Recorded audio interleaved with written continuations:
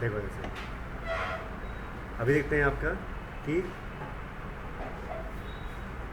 Member function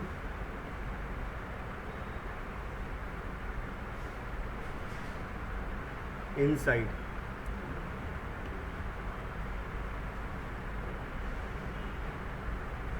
the class.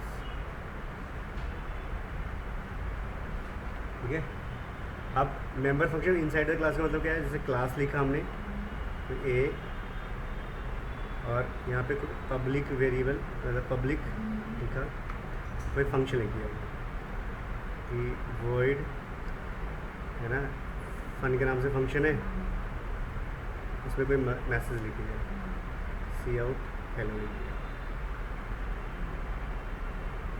ठीक है, और क्लास को बंद कर दिया।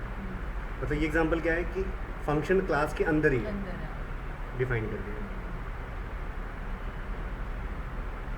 और जब फंक्शन को हम क्लास के अंदर डिफाइन करते हैं तो उसको बोलते हैं इनलाइन फंक्शन। क्या बोलेंगे? ये इनलाइन फंक्शंस बोलेंगे। फंक्शन से पढ़ा था इनलाइन। हाँ, अब देखते हैं अपना मेंबर फंक्शन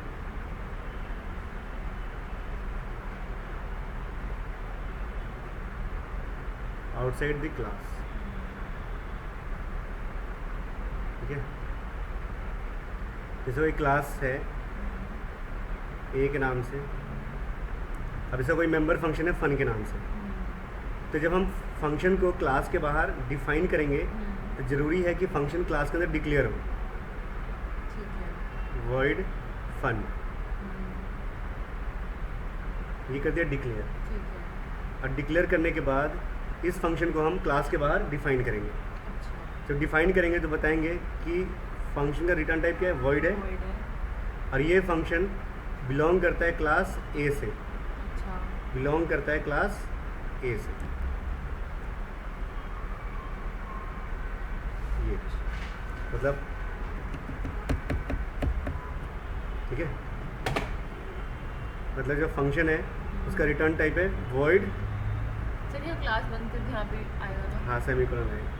ठीक है, फंक्शन है जिसका रिटर्न टाइप है वॉइड, और फंक्शन नेम है फन। ठीक है, और इसके अंदर लिखा हुआ है जैसे हेलो मैसेज या जो भी चाहिए, है ना, चाहे फैक्टोरियल हो चाहे प्राइम नंबर हो। और ये फंक्शन पता ही चलेगा कि ये फंक्शन बिलोंग करता है इस क्लास से, तो उसके लिए एक स्कोप रिजोल्यूशन ऑपरेटर लगाएंगे हम, और बताएंगे कि ये इस क्लास से बिलोंग करता है। मतलब जो फन फंक्शन है ये इस वाली क्लास से बिलोंग करता है, यानी कि जो डबल कॉलन सिंबल है वो स्कोप रिजोल्यूशन ऑपरेटर है। स्कोप रिजोल्यूशन ऑपरेटर ये आपका स्कोप रिजोल्यूशन ऑपरेटर। ठीक है, हो गया।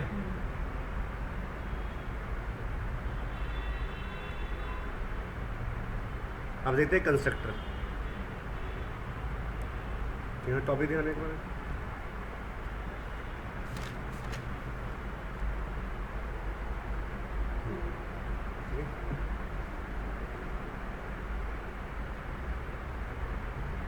जैसे हम अपने ऐसे करते हैं ना, हम इंट ए और वैल्यू पास करते हैं ऐसा। ठीक है, इसका मतलब है कि जो वेरिएबल है ए के नाम से डिक्लेयर हो रहा है और उसकी इनिशियल वैल्यू 5 आ गई। हम ऐसे भी तो करते हैं अपना ए, इसका मतलब क्या है कि ए नाम का वेरिएबल है और क्लास ए का से बिलोंग करता है। जैसे ए नाम का वेरिएबल है, ये इंटीजर से बिलोंग करता है। क्लास ए नाम का वेरिएबल है ये, है ना, मतलब ए नाम का वेरिएबल है और ये क्लास ए का ऑब्जेक्ट है। या ए नाम का वेरिएबल है, ये इंटीजर का ऑब्जेक्ट है। जैसे यहाँ पे लिखा है ए नाम का वेरिएबल इंटीजर का ऑब्जेक्ट और इसकी वैल्यू 5 है, तो ए नाम का वेरिएबल क्लास ए का ऑब्जेक्ट, इसके अंदर वैल्यू 5 लिखेंगे तो एरर आएगा। क्या आ जाएगा? एरर। क्यों? क्योंकि अब इंट नाम से जो डेटा टाइप है वो तो प्री डिफाइंड है। अब प्री डिफाइंड का मतलब क्या है कि पहले से प्रोग्रामिंग में लिखा हुआ है कि जब a = 5 लिखेंगे तो वो क्या करें। लेकिन यहाँ पे जो क्लास ए है उसकी बॉडी हम खुद लिखते हैं। हम खुद लिखते हैं तो बताना पड़ेगा कि इक्वल साइन ऐसे यूज़ हो या नहीं। ठीक है। ठीक है, तो ये दो तरीके से होंगे। अब ये है, ऐसा हम कर सकते हैं,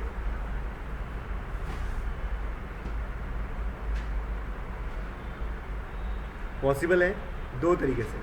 एक है using constructor,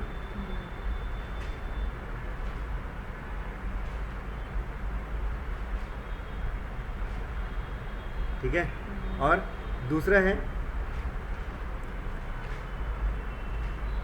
using operator overload. Operator overload, operator overloading कर लिया ना सबने? ठीक है, ऑपरेटर ओवरलोड कौन सा ऑपरेटर किया था? प्लस को। अब करना इक्वल को करके दिखाओ मुझे, एग्जाम में 110% आता है ये। इक्वल को करके हमारा इक्वल का ऑपरेटर होता है। हाँ, इक्वल ऑपरेटर नहीं होता, इक्वल साइन। तो प्लस माइनस को क्या करेगा? दोबारा बताओ। ऑपरेटर ओवरलोडिंग इक्वल को करके दिखाना है। जैसे प्लस को किया था ना, प्लस को ओवरलोड किया था ना, हाँ वैसे इक्वल के लिए इक्वल को भी ओवरलोड करना है। इक्वल को ओवरलोड करना आता है एग्जाम में, प्लस प्लस ऑपरेटर को ओवरलोड करना आता है, माइनस माइनस ऑपरेटर को ओवरलोड करना आता है। तो आपको प्लस माइनस मल्टीप्लाई किए थे तो बता देगा। हाँ, तो अब इक्वल टू करके देखो। जैसे होगा जैसे शुरू करा। हाँ बस, ठीक है, दो तरीके से हो गया। तो हम पहले करेंगे कंस्ट्रक्टर। ठीक है सर। हम में आया था मैट्रिक्स क्लास बनाओ ऑपरेटर ओवरलोडिंग से। हाँ, वो मल्टीप्लाई करना, मतलब ए क्लास का ऑब्जेक्ट बी क्लास का ऑब्जेक्ट। पता नहीं सर, मैंने नहीं करा। हाँ, ये वजह से। तो ये होगा कंस्ट्रक्टर के थ्रू। ऑपरेटर एक क्वेश्चन में वैसा ठीक है, कंस्ट्रक्टर क्या होता है? कंस्ट्रक्टर क्या है जी? ये स्पेशल मेंबर फंक्शन है। मेंबर फंक्शन ही है, लेकिन ये स्पेशल मेंबर फंक्शन है। स्पेशल मेंबर फंक्शन, ठीक है, used to construct the object. Object when object is created।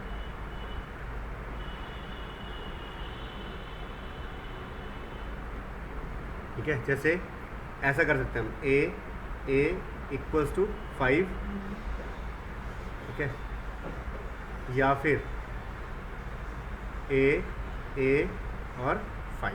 Sir आपने यहाँ बोला कि एरर दिखाएगा उसमें। आप कर सकते हैं ना कंस्ट्रक्टर के थ्रू। अच्छा। अगर कंस्ट्रक्टर करते हैं तो ऐसा कर सकते हैं।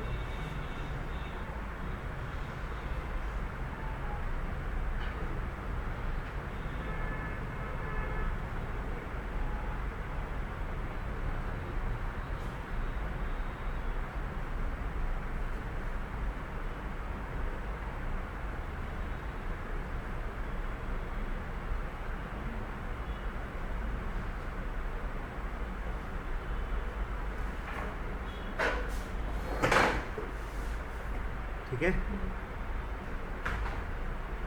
यानी कि अगर कंस्ट्रक्टर करते हैं तो ऐसा हम कर सकते हैं। सर इक्वल जो हमने दिया है वो साइन करेगा वैल्यू। हाँ, इक्वल से असाइन करेगा वैल्यू।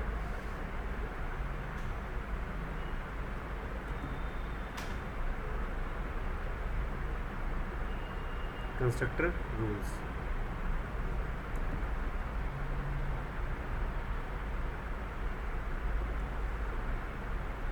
पहला रूल है, name is same as class name. ठीक है, जिसमें कंस्ट्रक्टर बना रहे हैं। दूसरा है आपका नो रिटर्न टाइप। नहीं, वॉइड भी नहीं, ठीक है, ना कि वॉइड भी नहीं। तीसरा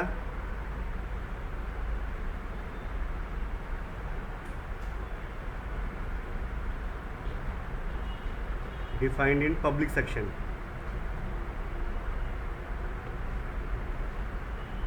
ठीक है, प्राइवेट में हो सकता है पर रेयर है।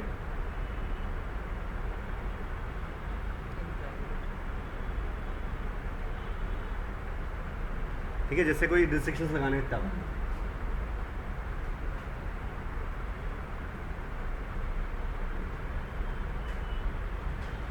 ठीक है, तो पहला रूल ये है कि जो क्लास का नेम है सेम नेम से हम कंस्ट्रक्टर बनाएंगे हम। ठीक है, दूसरा है रिटर्न टाइप नहीं रखेंगे नहीं हम, रखेंगे और पब्लिक में डिफाइन करेंगे।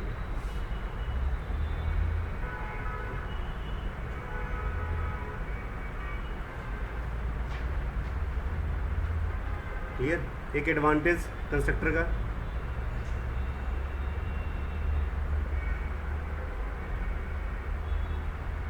Used for type casting. हम इसको टाइप कास्टिंग के लिए यूज़ कर ये सकते क्या हैं। होता है टाइप कास्टिंग? टाइप कास्टिंग का मतलब है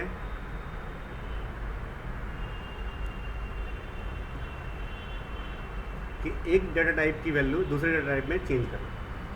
ठीक है, जैसे इंटीजर है उसको कैर में चेंज करना, ये सब क्या होता है टाइप कास्टिंग होता है।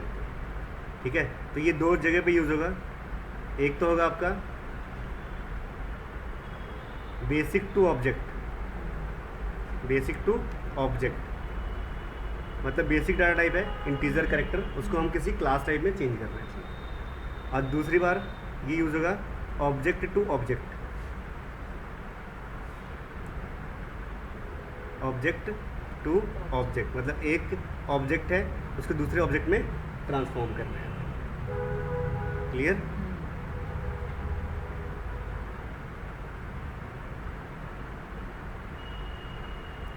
और पहला है, और दूसरा यूजेज है जो है ना सेकेंडरी और प्राइमरी भी कह सकते हैं इसको। मेन तो प्राइमरी यही होगा आपका। ये तो जब टाइप कास्टिंग वर्ड से हम फैमिलियर है तब हम यूज़ करेंगे। ठीक है, और सेट इनिशियल वैल्यू,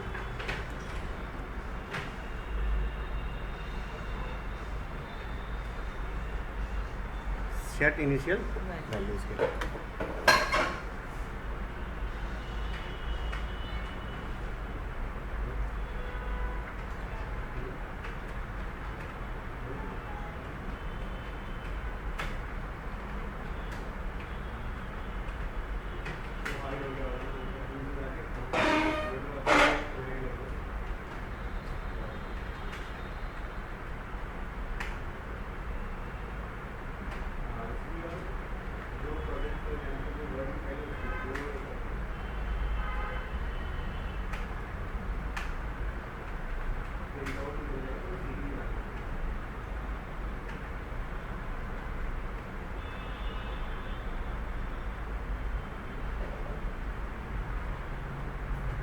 ठीक है,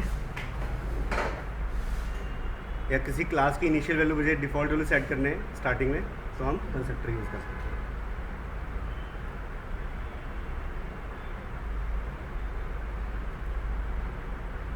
ठीक है,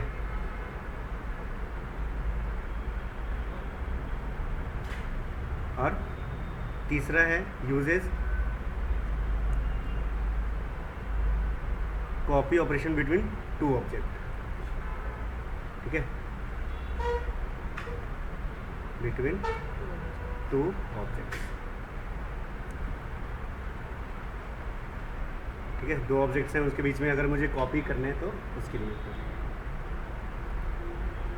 ठीक है, एग्जांपल देखते हैं।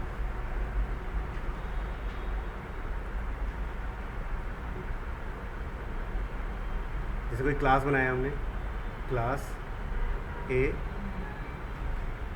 ठीक है, इसके अंदर डेटा मेंबर है एक एक्स के नाम से। ठीक है, पब्लिक एक बनाते हैं हम ए। ठीक है, एक्स की वैल्यू रख दिया 10। ठीक है, एक बनाया ए, इस समय रखा एक्स। तो फंक्शन सा बन गया ना ए। फंक्शन ही होते हैं, मेंबर फंक्शन होता है। स्पेशल मेंबर फंक्शन ही तो कह रहे थे है ना, जो जिनका कोई रिटर्न टाइप नहीं होता। हाँ। ठीक है, और यहाँ पे दिस का x इक्वल्स टू x, और फिर एक और बनाते हैं हम a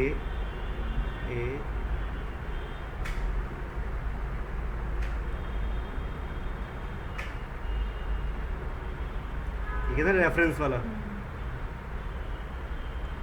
ठीक है, दिस के x में a1 का x डाल दिया। अब ये 3 फंक्शन बनाए मैंने, तीनों का नाम a है। अब तीनों का नाम जो a है वो इक्विवेलेंट टू क्लास नेम है, मतलब ये 3 क्या है, कंस्ट्रक्टर है। ठीक है, इक्विवेलेंट टू क्लास नेम कैसे?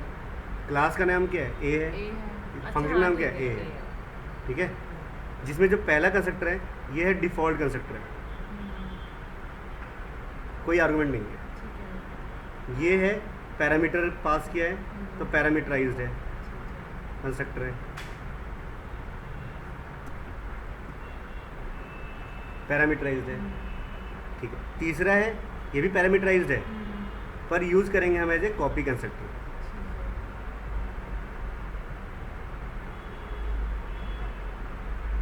और यूज़ कैसे करेंगे, कॉपी कंस्ट्रक्टर के यूज़ करेंगे। ठीक है, फिर से एक फंक्शन बनाते हैं हम गेट एक्स के नाम से। ठीक है, रिटर्न टाइप करते हैं इंट, फंक्शन नेम है गेट एक्स। जब इस फंक्शन को कॉल करेंगे तो ये रिटर्न करेगा एक्स की वैल्यू, रिटर्न करेगा एक्स की वैल्यू। ठीक है, और क्लास को बंद कर दिया। अब मेन के अंदर इंट मेन। ठीक है, अब जैसे यहाँ पे क्या है, यहाँ पे है एक ए के नाम से क्लास है, उसके अंदर एक डेटा मेंबर है एक्स। ऐसे जो मेमोरी एलोकेट होती है वो है तो फंक्शन के लिए भी होती है, पर रियल में जो है वो डेटा मेंबर्स के लिए होता है हमेशा। ठीक है, और फिर इसका एक ऑब्जेक्ट बनाते हैं A1, इसका बनाते हैं A2, और एक और बना दिया A3। ठीक है, A1 A2 A3 3 बनाए ऑब्जेक्ट्स, A1 A2 A3। जब हम ऐसे ऑब्जेक्ट बनाते हैं तो इसका मतलब क्या होता है कि ये x की कॉपी एक इसके पास भी है, इसी x की कॉपी एक इसके पास भी है, एक इसके पास भी है। ठीक है, यानी कि जब हम इसके अंदर जो मेंबर फंक्शन है, क्लास A के अंदर जो मेंबर फंक्शन है, जब हम इसको उस मेंबर फंक्शन को A1 से कॉल करेंगे तो उस समय मेंबर फंक्शन के अंदर अगर x यूज़ हो रहा है तो वो x A1 की कॉपी वाला होगा। ठीक है, और जब A2 उस फंक्शन को यूज़ करेगा और उस फंक्शन के अंदर x यूज़ हो रहा है तो वो A2 का x होगा। ठीक है, मतलब कंपाइलर अपने आप ही डिफरेंशिएट कर लेता है। ठीक है।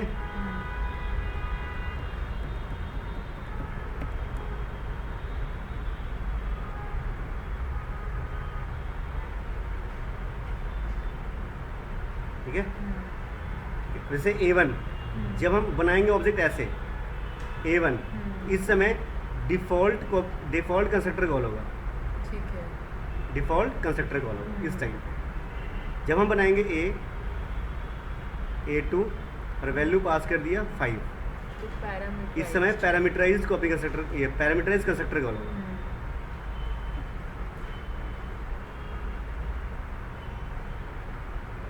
पैरामीटराइज क्यों, क्योंकि इंटीजर है यहाँ पे Integer और ये pass इंटीजर कर मैच कर रहा है, आर्गुमेंट मैच हो जाएगा। ठीक है, ठीक है, A3 और A2 पास कर दिया। अब ये A2 किस टाइप का है जी, A टाइप का है, और ये इस समय कॉपी कंस्ट्रक्टर कॉल होगा। सर फायदा क्या है कंस्ट्रक्टर यूज करने का? फंक्शन में भी यही होता है। क्लासेस के अंदर बाय डिफ़ॉल्ट तो डेटा मेंबर्स क्या होता है, प्राइवेट होते हैं। प्राइवेट का मतलब है कि डेटा मेंबर को हम बाहर से कोई भी मॉडिफिकेशन नहीं कर सकते।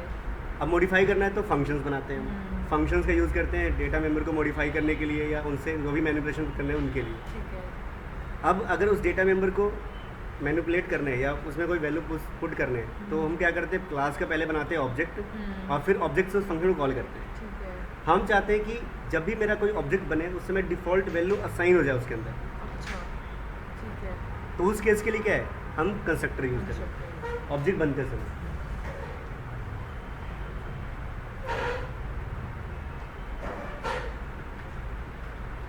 ठीक है, क्लियर।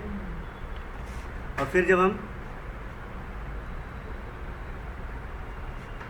सी out a1 dot get x करेंगे तो वो क्या प्रिंट करेगा, 10 गेट एक्स का फंक्शन एक्स, एक्स मतलब ठीक है 10। और फिर जब लिखेंगे हम a2 डॉट गेट एक्स तो 5 और a3 डॉट गेट एक्स तो भी 5 आएगा। मेन को बंद करके अब देखते हैं यहाँ पे, जैसे ही यहाँ पे 5 पास कर रहे हैं, ये 5 कहाँ चला जाएगा जी, यहाँ पे चला जाएगा एक्स के अंदर, ये इसके अंदर चला जाएगा। ठीक है, ये 5 जैसे ही ये फंक्शन कॉल होगा, ये 5 यहाँ चला जाएगा। ठीक है, ये आ गया 5। अब यहाँ पे क्या है, इस बॉडी के अंदर, इस बॉडी के अंदर x 2 हो गए, एक ये वाला x, ये फिर x अभी एरो नहीं देगा ये? हाँ एरो है ये। अच्छा एरो है ये। हाँ ठीक है, अब देखो जैसे ही बता रहा हूँ मैं अभी इसका यूज़ क्यों किया है यहाँ पे। ठीक है, अब जैसे इस क्लास का स्कोप यहाँ से शुरू होता है, यहाँ पे ख़त्म होता है। इस फंक्शन का स्कोप यहाँ से शुरू होता है और यहाँ पे ख़त्म होता है। मतलब यहाँ जो डेटा मेंबर है x है, उसका स्कोप यहाँ से यहाँ तक में है। मतलब इस ये वाला x इसके अंदर, इस बीच में कहीं भी विजिबल है, विजिबल है। हाँ मतलब यहाँ भी विजिबल है, इस वाले a नाम के फंक्शन के अंदर भी विजिबल है। ठीक है, अब जैसे पर यहाँ पे 2 x हो गए, एक ये वाला x, इस x का स्कोप इस फंक्शन तक है, इसके बाहर नहीं है, और इसका इस x का स्कोप यहाँ भी है। तो अब इस x को तो मुझे एज ए ऑब्जेक्ट यूज़ करना है, ऑब्जेक्ट के तरीके से यूज़ करना है, ऑब्जेक्ट की कॉपी के रूप में यूज़ करना है। तो हम यहाँ पे दिस यूज़ कर रहे हैं। अच्छा। दिस क्या करेगा, जब ये वाला फंक्शन कॉल हो रहा है a2 5, इस समय ऑटोमेटिकली ये दिस रिप्लेस हो जाएगा a2 से। अच्छा। यानी कि a2 का x के अंदर x डाल दे, यानी कि 5 डाल दे।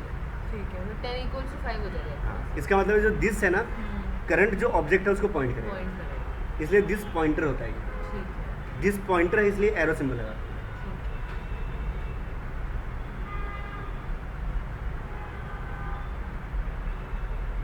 ठीक है, हो गया।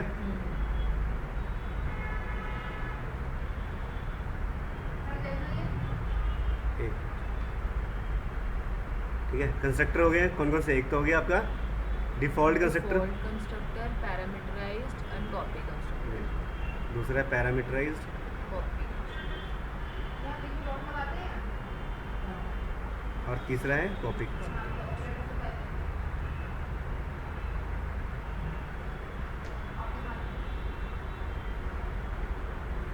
ठीक है, हो गया। यहाँ नेक्स्ट टॉपिक कौन सा है? Next inheritance. फिर कंस्ट्रक्टर, फिर फंक्शन ओवरलोडिंग। हो गया। लो।